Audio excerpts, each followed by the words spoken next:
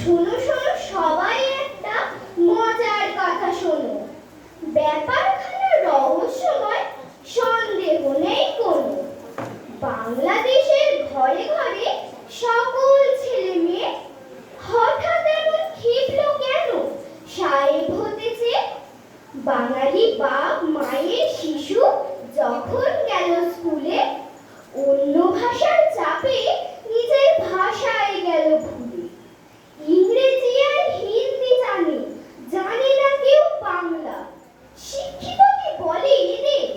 এদের বলে হ্যাংলা। অন্য লোকের নকল করেই ধন্য। আমাদের তো লজ্জা পাওয়া উচিত ওদের জন্য। এই ভাষাতেই রবি ঠাকুর লেখেন গীতাঞ্জলি। নোবেল পাওয়া সেই ভাষাতে আমরা কথা বলি। এমন বিরাট মর্যাদা আর কটা ভাষায় আছে? আমরা কেন বিকিয়ে যাব অন্য ভাষার কাছে? তাই তো বলি, আপত্তি নেই অন্য ভাষা শিখতে, আপত্তি নেই হিন্দি বলতে, ইংরেজিতে লিখতে। কিন্তু যারা নিজের ভাষা বাংলা গেছে ভুলে, তোমরা তাদের কানটি দিও আচ্ছা করে মুলে। নমস্কার।